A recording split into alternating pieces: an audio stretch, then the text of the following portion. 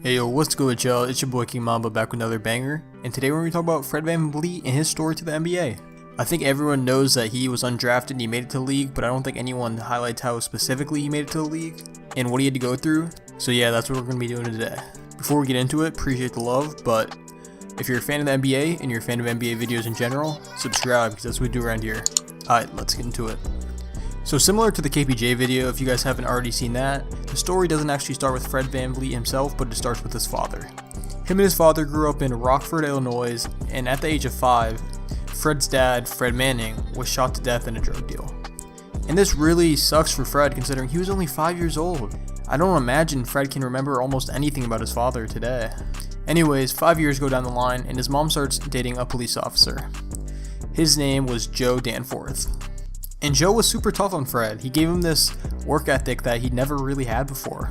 He made him constantly get up at like 4 a.m. to run stairs or play basketball for hours, just as a 10-year-old. Joe would always tell Fred that you're not going to sit around and just be a bum. He didn't want Fred to end up like his father and end up in the streets. It's said that his stepdad refused to let Fred prey to any gangs in the neighborhood. And this was for good reason, because Fred VanVleet's teammate in 8th grade, his nickname was Spider, and he was shot in the back of the neck. And Fred VanVleet's stepdad saw this all go down and knew he couldn't let Fred go down the same path. So he made Fred turn into a hard worker and have him work day and night and do anything to become better at basketball and just improve his work ethic in general. Fred said that he hated his dad and he could be so mean to him, but looking back at it now, he thanks him for creating his work ethic as a player. In high school, Fred played for Auburn High School, which was located in Rockford, Illinois, and he was an all-state first-team selection by his team. He was great in high school. He led his team on a 22-game winning streak and brought them to their first Final Four since 1975. Doing this gave him a lot of attention and is the reason he got any offers going into college. And the few offers that he did get were not even from offers around him. He felt like that everywhere in Chicago he was just being overlooked as a player. The offers he did get, however, were from Colorado State, Northern Illinois, Wichita State, Southern Illinois, Drake, Detroit, and Kent State. And looking back at this, the only school that had some kind of basketball prominence at the time was Wichita State, and that's where he decided to end up going. Coming out of high school, he was a 4-star recruit from Scout and a 3-star recruit from Rivals, and in the rankings, he was the 99th ranked player from Scout, the 138th ranked player in Rivals, and the 83rd ranked player from ESPN. So he really wasn't on many people's boards. So to make it where he is today, he had to ball out in college, and that's exactly what he did. His freshman year, he helped contribute off the bench, and he helped bring his team to the Final Four. And this was pretty ridiculous at the time, considering Wichita State was only a 9 seed. They were able to beat the 8 seed Pittsburgh, 1 seed Gonzaga, 13 seed LaSalle, and 2 seed Ohio State to make it all the way to the Final Four. So coming straight out of high school, Fred found some success in college. But where he really broke out in college was his sophomore year. This year, he would average 12 points and 5 assists and had a huge impact on the team and was rewarded for multiple awards for that. This team ended up going 31-0 and won out their conference tournament to end up 35-0 going into the March Madness. They were a 1 seed, they won their first game. In their second game against Kentucky, the 8 seed, they lost because Fred VanVleet missed a buzzer beater. Sure, this doesn't sound crazy for his career, but if you think about it, you can just tell how good of a player he was at the time to be the player taking that shot. And then next year, in his junior year, he continued to progress as a player. Here he would average 14 points, 5 assists, and about 4.5 rebounds. And just like the year before, his impact was no match. And once again, in the March Madness tournament, the team did well. They made it all the way to the Sweet 16 after beating Indiana and Kansas and eventually losing to Notre Dame. The man Fred VanVleet was a winner. He would consistently win and lead his team to March Madness appearances and get wins in those appearances.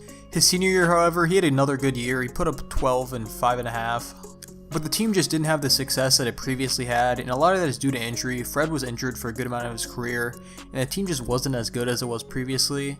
But nonetheless, they made the March Madness tournament as an 11 seed. They won their first 4 in-game, and they ended up winning in the first round against Arizona before losing to Miami in the second. And if you just think about how hard of a tournament March Madness is, for Fred VanVleet's team to constantly be upsetting teams and making it farther than they're supposed to is insane. For a dude super overlooked in high school, him doing all this in college is completely ridiculous, and it's just kind of funny how many people missed out on his talent. And even more people missed out on his talent in the NBA. After his 4 years at Wichita State, he declared for the 2016 NBA draft. In this draft, the man ended up going undrafted, But you could tell this man was not going to stop. This man held an NBA draft party, and when he went undrafted, he held a speech for everyone. He talked about how it was his dream and it is everyone's dream to be drafted into the NBA growing up, but it didn't happen, and that's okay, and he's going to keep working, and they're going to watch the process as he becomes a good NBA player.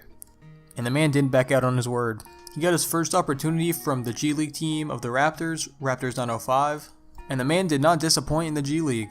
The man averaged 17 points, 7.5 assists, and 3.5 rebounds in the G League his first year. And not to mention, he led his team to the G League Finals and eventually won with his later teammate Pascal Siakam, where he averaged 22 points and 11.5 assists. I don't know what it is with the Raptors scouting, but they do not miss. They consistently find hidden gems in players that other teams don't otherwise find, and Fred VanVleet is an amazing example of this. In his 2017-18 year, he was called up to the team for sure, and he averaged 8.5 points and 3 assists off the bench. For most people, this seemed to come out of nowhere, and Fred VanVleet was a name that many people are starting to write down on their list, because it was clear off rip that the man was a bucket. And then in the next year, the 2018-19 year, the man broke out for real. His regular season stats only went up to 11 points and 5 assists, but in the playoffs is where he really shined. As I'm sure you guys know, the Toronto Raptors made a big push for the championship this year, trading DeMar DeRozan for Kawhi Leonard, and Fred was able to really help on this contending team. In the last 9 games of the playoffs, the man would average about 15 points and really show that he was legit in the NBA. He had a couple 20-point performances that were really needed and helped lead his team to an NBA championship with Kawhi. And after Kawhi left, the man was still as good as he was before, and even better. That next year, he decided to put up 17.5 points, 6.5 assists, and 4 rebounds a game. It was clear that this man was an elite role player, and maybe could even be more than that. And the Raptors saw this as well. So after losing in the playoffs last year to the Boston Celtics, they decided to give this man a bag.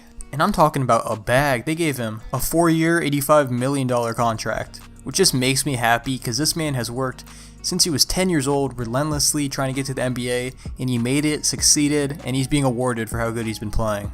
And the man is continuing to even improve this year. The man's averaging 26.5 and 4, and has shown that he's going to be the Raptors guard for the future after they depart with Kyle Lowry. He's made himself a household name, and even though he wasn't like super close to an all-star, he's in the borderline all-star conversation. And I think one moment that can just make all NBA fans happy is when he dropped his career high. On February 2nd against the Orlando Magic, the Toronto Raptors played an amazing game where Fred VanVleet would go on to score 54 points, which is unbelievable because this game was also super efficient. If you look at game performance, which is a stat by Basketball Reference, which kind of like ranks games by how good a player specifically played with their efficiency, it is up there all time, which is crazy. But more importantly, this is the most points ever dropped by a non-drafted NBA player. So man, Fred VanVleet's name will continue to rise on forever. So yeah, this has been the story of Fred VanVleet's come up in the NBA. I think it's one of the most interesting stories in the NBA. I think not enough people talk about it. So yeah, I hope you guys enjoyed, and I'll see you guys next time. Peace.